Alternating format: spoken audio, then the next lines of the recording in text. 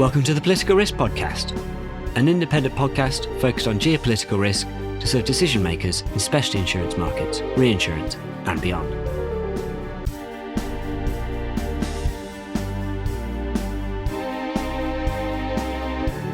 I'm your host David Benyon, and I'm joined in this episode by two senior figures from the marine war risk underwriting community of the London market. Firstly, Michael Burle, Head of Marine and Deputy Active Underwriter at Liberty Specialty Markets. Michael is joined by Neil Roberts, Secretary of the Joint War Committee and Head of Marine and Aviation at the Lloyd's Market Association. This is a war risk flavoured episode, mostly marine as you'd expect with these two speakers. Firstly, we talk about the Red Sea crisis with the ongoing Houthi attacks on shipping. We also talk about some concerning events with regard to Somali piracy activity in the Gulf of Aden. And because I recently listened to Neil speak at an event at Lloyd's focused on Ukrainian war risk, we also talk about insuring Ukrainian risks on land and in the Black Sea. Now, I know sometimes I criticise the insurance market for its love of jargon, but I think I'm the one who's guilty of not defining some abbreviations in this episode. So we discuss the RUB, that's the reinsurance exclusion for Russia, Ukraine and Belarus. In the context of Ukraine, we also talk about PPPs, that's public-private partnerships between government and in this case the insurance industry. Several ships that have been in the headlines are also referenced. There's the merchant vessel MV Ruby Mar, a UK-owned Belize-flagged bulk carrier that was struck by Houthi missile attack in February and sank in the Red Sea on the 2nd of March. Then the MV True Confidence, a Greek-owned bulk carrier attacked by the Houthis in the Red Sea on the 6th of March, which tragically left 3 crew dead and several others wounded. There's the MV Abdullah, a Bangladeshi-flagged bulk carrier that was hijacked off Somalia in March while sailing from Mozambique to the UAE. The ship was released in April, reportedly after a $5 million ransom was paid to Somali pirates. We also mention the MV Ruin, a Bulgarian-owned Maltese-flagged bulk carrier that was hijacked by Somali pirates in the Gulf of Aden in December 2023. It was reportedly used as a mothership by the pirates until its recapture by the Indian Navy in March. The MV Burshad is also spoken about by Neil. That's an Iranian spy ship that has been active in the Red Sea and the Gulf of Aden and heavily linked to passing intelligence for the Houthi attacks on shipping being launched from Yemen. Burshad was struck itself by an American cyber attack in February, which was widely reported at the time, citing US government officials. A couple of military operations also get mentions. Operation Prosperity Guardian, that's the US-led coalition of warships providing a defensive umbrella for commercial shipping in the Red Sea against the Houthi attacks from Yemen. Also Operation Poseidon Archer, which refers to the US-led airstrikes on Houthi military targets in Yemen. And lastly, we reference Marine P&I, that's protection indemnity insurance, bought by ship owners through P&I clubs, mutual insurance pools, to insure third-party liabilities related to people, property and the environment, which are then reinsured into the marine reinsurance market. This conversation starts with discussion of the effects of the Houthi attacks in the Red Sea in terms of shipping. Mike speaks first, followed by Neil. We've seen a lower level of traffic going through the Red Sea compared to what we've been used to in previous years. And also, we've also seen a number of vessels to keep trade moving. And remember, let's not forget, over 90% of goods at some point travel across the high seas. We've seen a number of vessels take the longer route around the Cape of Good Hope. But there's no doubt, with specific to the Red Sea, that we're seeing a number of attacks, some random, some opportunistic, but also some, sadly, that have hit vessels with various consequences. Regarding the insurance market, where we've stepped in to provide that continuum in insurance coverage. Remember, the voyages don't always start or end in the Red Sea. They're going from and to different places. That the coverage that we afford is providing that continuum to our clients to ensure that they have the safe passage and the safe insurance and protection of those goods is maintained.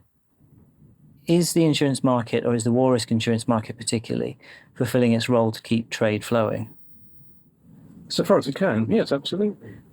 You're still seeing 50% of ships going there. And if they come to our market, there are people willing to give cover. No doubt about that at all. It's a question of seeing the business come in or not. If people don't want to go, they don't have to tell us. So if they reroute, then we won't know about it.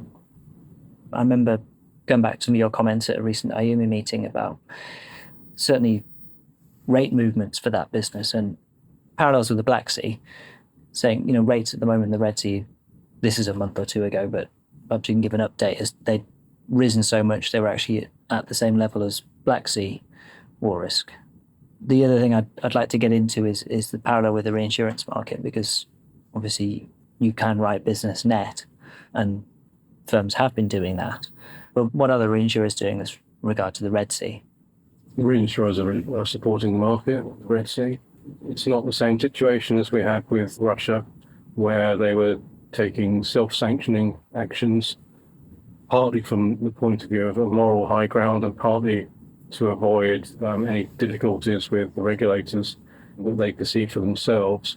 And the effect on the direct market was obviously not welcomed, but it was dealt with and it's absorbed. What it's done is limited capacity and some appetite, but that's not a bad thing necessarily. The war market is simply being more focused and more realistic on the risk it takes. So I think that's a healthy thing. We wouldn't necessarily say, let's see it again. But in that instance, we could understand it. And leading on to a related issue, which we might want to talk about, is the abrupt exclusion, which was brought out very quickly to limit exposures. Understandably, C-suite were very concerned. And for whatever reason, Russia, Ukraine, Belarus were put into the same clause, whereas we could argue that there's two sides there and perhaps they should be split out.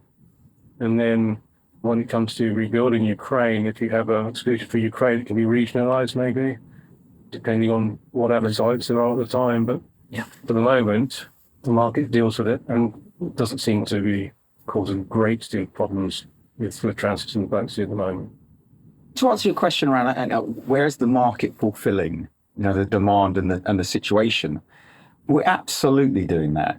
There's a wealth of capacity. There's a wealth of a number of players that operate in this market, whether on the vessel or on the cargo itself or on the crew safety as well, because it's kind of the product we sell, David. War insurance protects vessels and assets on a physical loss of damage against the risk of a missile, hijack, trapping, blocking, etc., as per the terms and conditions. And we've done that with the Red Sea, but we've also done it in the Persian Gulf. We continue to do it in a number of parts of the world. And we're getting more sophisticated at it as well, with real vessel tracking and intelligence services coming at us, being pinged to us, being pushed to us, or finding it out for ourselves every single day. That's where we fulfill the demands of our clients, whether new or renewal. And I think that we're doing the right thing to do and providing that continuum based on what I said earlier around the amount of global trade that is transited on the high seas, and especially through the Red Sea being a strategic shipping route via the Suez Canal. Neil, let's just go into the Ukrainian war risks piece again. So going back to the event that you recently spoke at in the Lloyd's Library about the idea of splitting up the RUB in order to make Ukrainian war risks more insurable, depending perhaps where they are in Ukraine. So what's your opinion on that? The non-marine market probably makes a lot of sense. The marine market is less relevant, I would say, but there's a lot of damage in Ukraine and they've got to start somewhere. One of the things that the previous event highlighted was the size of the country, as you mentioned, the fact that most of the country is undamaged. A lot of the rebuilding is actually underway anyway. They just need some more help. And there are small steps. You're not looking to build the whole country in one go. It's about dealing with the things they need immediately, like glass and having a factory that will build the glass because the windows are blown out. Small things, one thing at a time. I think the non-marine market will probably benefit from reviewing its position, not necessarily today, but in the near term. Nobody could predict how the war is going to continue or indeed end. But parts of Ukraine are 1,000 miles from the front line, so they're not all at equal risk. From the Lloyd's event, one of the points that was made, though, is that for those organisations that are responsible for the RUB, they're not just 1,000 miles away, they're many thousand miles away in terms of their risk perception as well from the situation out there. So it's turned into a matter of reaching the right decision makers at a pretty high level in the reinsurance world. Yes, well, we saw the Ukrainians are very alive to this, and they sent representatives over, and indeed they've engaged with market brokers on the corridor and produced a very successful solution, which the Russians pulled away from late last year, and the Ukrainians set up their own inshore corridor, which was less appealing to insurers, frankly, because of the collision risk and the mine risk. So they attracted a slightly higher premium for doing that, but nonetheless, it's been very successful overall. And the number of transits through that corridor is level or higher than the old corridor, which was why there were some diplomatic moves on behalf of the Russians to perhaps resurrect it.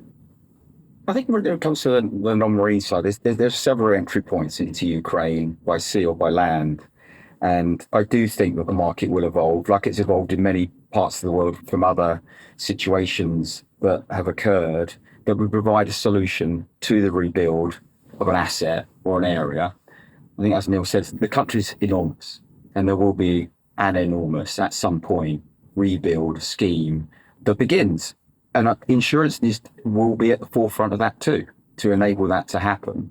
And I firmly believe that there will be several insurance companies, whether they write it on a gross and net basis, that will be willing to offer their capacity in order to rebuild parts of Ukraine over time. Because we've got a track record of doing that in different parts of the world.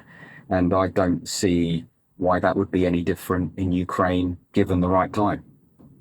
I think it's that given the right time, though, is the issue that sticks with them, because the right time for them is now. But whenever you draw parallels with the enormous rebuilding efforts like the Marshall Plan after World War II, it was after World War II. Fighting wasn't still going on then. No one was trying to rebuild London during the Blitz. Is that, unfortunately, the sticking point that we have, that the market doesn't want to do it while the bombs are still falling?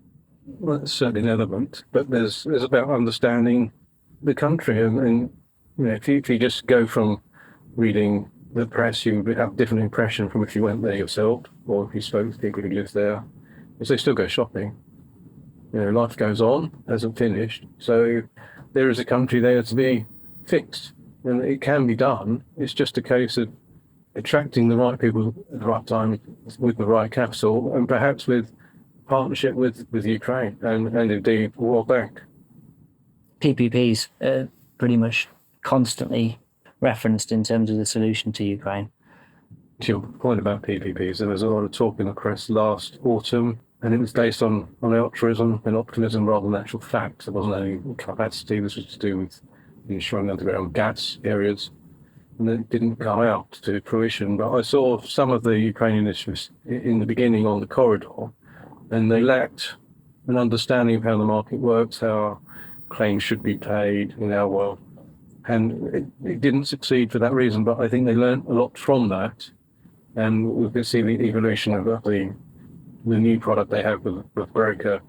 They have learned from it, and they will continue to learn from it because they're very reliant people. Underwriters needed, they gain the confidence over time. That time is sped up by seeing the risk that they're insuring. At the moment, no underwriter can go there, or allowed to go there even, and that will take time for that to happen. And once that does happen, any kind of new venture or new product takes some time to get used to and to offer the right terms and conditions, to bolt the capacity together with partnerships with brokers and the client. So I think it will take some time, but I do think there'll be the interest and the appetite to do so. Small to begin with, and then I think it will grow depending on the conflict itself. But I think that we'll see certain projects in certain parts of Ukraine begin to be rebuilt, and that's a good thing. Let's jump around a bit then. Let's return to the Red Sea. So obviously lots of vessels have been attacked since this all kicked off back in November. It took a long while for any vessels to be sunk, and then we had the Ruby Mar, which did sink. And then didn't take long after that for another one, the True Confidence, to tragically have the first fatalities of a vessel that had been struck. So, two different ships, both cases tragic outcomes in different ways. What do we know about the war risk market involvement for these? Where do things sit? You would assume with vessels going through that neck of the woods, that insurance would be in place, both for all risks and the war included too. So, but it is, they're covered losses. Well, the physical loss of damage to the vessel is covered. Fatalities, correct me if I'm wrong, sad fatalities of the crew would be incurred by the P&I. So the deaths would be covered sadly by the P&I insurers. But if war risks is in place, then, there's a covered peril, goes back to the product we sell, and we would pay, any valid claim that was presented. Yeah, absolutely, yeah. Two different vessels, two different cases. There are questions over the ribbing mark as to what was in place and what wasn't, but the cargo has been paid, was agreed to be paid as a war loss. So if there is cover in place, then all things will follow. The thing that was interesting about that was the reluctance of salvors to get involved, and that's new. I can understand it because it's a high risk. Yeah, that's the risk of any tugs or other vessels that need to So if you be in the same. trouble and you can't get assistance, then you are in big trouble. And in this case, the vessel wasn't crewed, so there would be no risk at that point. But nonetheless, it's interesting to look forward. If it was somewhere else, what happened again? Does the market have the confidence? Do the salvors have the people there who are willing to go? It's their crew as well. And we depend on people. We keep forgetting perhaps that we depend absolutely on people and their willingness to do this.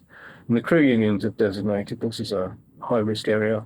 It's one where they've got to the level where not only do they get extra pay, they have the right to refuse to go, which is an interesting development where they're not seeing that in the wider Indian Ocean, for example. The true confidence, yes, that's first fatalities, which is sadly inevitable given the number of attacks we're seeing. But that's the equation the ship owners are playing with, isn't it? It's the economics versus can they really explain to their grieving widows why they took that decision. And it's not really a great answer if they say it was worth it. I think it's probably the biggest factor that I've experienced in discussions with our underwriting teams is around the aspect of crew welfare going through these listed areas, and the decision by so many shipping lines for various reasons, but crew welfare is a big reason. One of the main priorities why they're not going through the Red Sea on their way to their destination. And that's why we've seen a number of shipping lines, big ones too, that have decided not to even transit through our area and prefer to go the long way round, even if it comes at a financial cost to the ship owner, then that is the right thing to do. And the cost, of course, will go to the charter in the first place. It's the length of the charter will be extended, and they'll have the extra fuel for the charter. Slightly different to saying they're using extra fuel, because they're using fuel all the time. They use fuel in port. It's the fact that the charter that was not expected necessarily to divert has now diverted and incurred extra time and therefore money. After that, people can reassess and rebase how they price things. On the pricing element, there's no doubt that due to the threat level increasing, and also, as you mentioned there, around the ability for salvage companies either willing or able to get into that particular area comes at a cost too. So through not just threat and salvage means in the event of a casualty that pricing has increased. It's increased for a reason. It's increased because of those main risk factors have increased themselves. And I think that does form a different price to maybe what it would have been days, weeks or months before. Let's return to this issue of some of the weapons and missiles that have been, because it is mostly missiles or some drones as well that have been hitting these ships, and the fact that they haven't all exploded. So that's, I guess, a good thing. But then there's also this issue of the Houthis. Neil, perhaps you can correct me. Are they said they will, or evidence they're already using hypersonic missiles as well, and a threat they might use those to threaten the Cape route as well? I think we can agree that they have said they can do that. We don't know if they've got the ability or the actual. Have they been supplied with these weapons? We don't know. Are they able to use them accurately? Unknown. What really is their appetite to go after Cape transits and at what range? I mean, are they actually suggesting they will try and hit them off the Cape? I don't think so. But if they're steaming away from the Red Sea, perhaps they'll go after them. The fact they haven't done it is interesting. Well, let's not forget, these are very expensive bits of kit. Yeah. Whether it's the Iranians that give them to the Houthis or whoever, we know the Russians use hypersonic missiles in Ukraine. There's a limit to how many of them get used, precisely because they're really expensive things. It's not proven they've got them. What they're trying to achieve is international recognition. And the more publicity they generate, the more likely they will get recognition of some kind. But what they seek is to be recognised as a governing entity. And they're becoming, I think the word I've heard used is hubristic, because they've demonstrated their ability to be a threat. They've demonstrated their ability to cause casualties. And they're still going on. Their targeting is not perfect. They hit vessels they don't necessarily apparently intend to hit, and miss the ones they are going for. But the fact is, they've linked their action to Gaza, which is still continuing. And the question that shipping would have is, if Gaza is resolved in some way or the conflict finishes, will the Houthis then stop threatening shipping? And let's briefly touch on some of the things they've said about not targeting Chinese or Russian ships. You just said that their targeting is probably far from perfect, and we all know that the shipping industry is not simple in terms of assigning a nationality to a vessel. Is not just a century ago where it's flying the red ensign and it's that simple. These days it's pretty global. So do you attach any significance to them saying, the Houthis saying, that they won't hit a Chinese or a Russian vessel? Well, yes, there's always significance in making a public statement, because people will draw inferences from it. How much of it's deliverable is more difficult. They've been drawing a lot of their intelligence from their Iranian allies. The presence of the Bashat has been very instrumental in the way they were targeting in the Red Sea itself. It was then moved soon after Prosperity Guardian began, or Poseidon Archer more particularly. They moved to the Gulf of Aden, but it was announced in the press, somewhat surprisingly, they suffered an ECM strike to perhaps disable its abilities. And it's hard to see how long it can be tolerated that vessel is there, but everyone knows it's directing Houthi intelligence or their understanding of the risk situation, and allowing them to target things slightly more accurately than otherwise. Otherwise, they'd be flying completely blind. So recently there was a vessel, the MD Abdullah, which was potentially pirated, but it's kind of given rise to some suggestions that there might be a resurgence of piracy in this same part of the world, the Indian Ocean anyway. So it's worth talking about where that's a possibility and what's the shipping industry's current reaction to that, or indeed they're thinking about a return to piracy. Totally relevant to our discussion around the Red Sea. I mean, it's not a huge distance away from what's going on in the Red Sea. But a very different threat, though. Absolutely different threat, but still occurring anyway. And we're watching that closely. We're watching that like we have been for a number of years. It's gone quiet.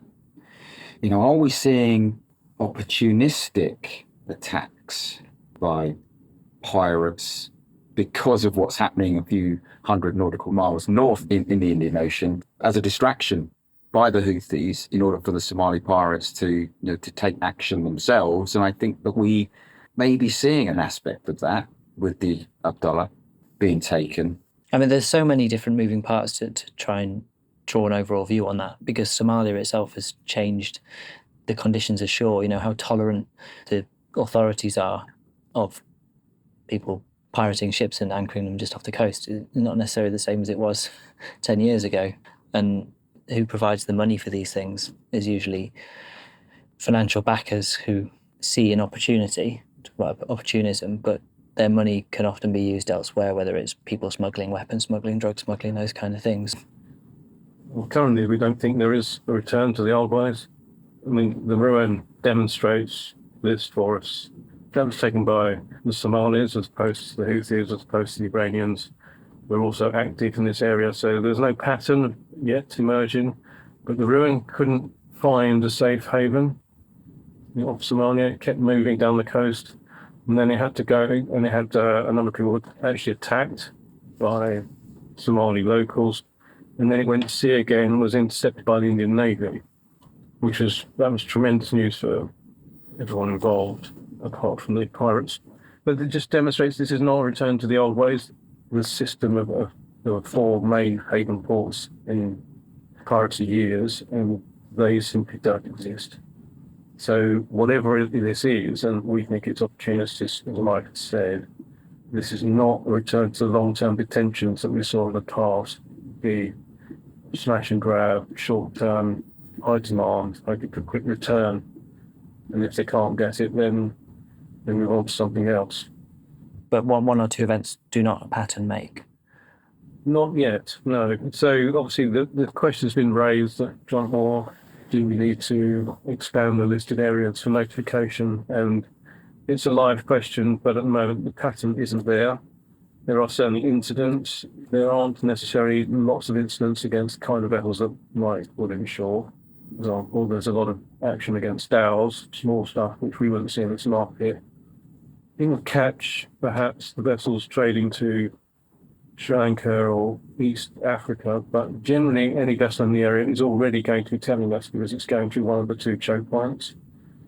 So at the moment we're watching, but not trying to make it worse. And it's notable the crew union hasn't widened their area either to include this, nor the ship owners on the round table looked to reinvigorate their high-risk area.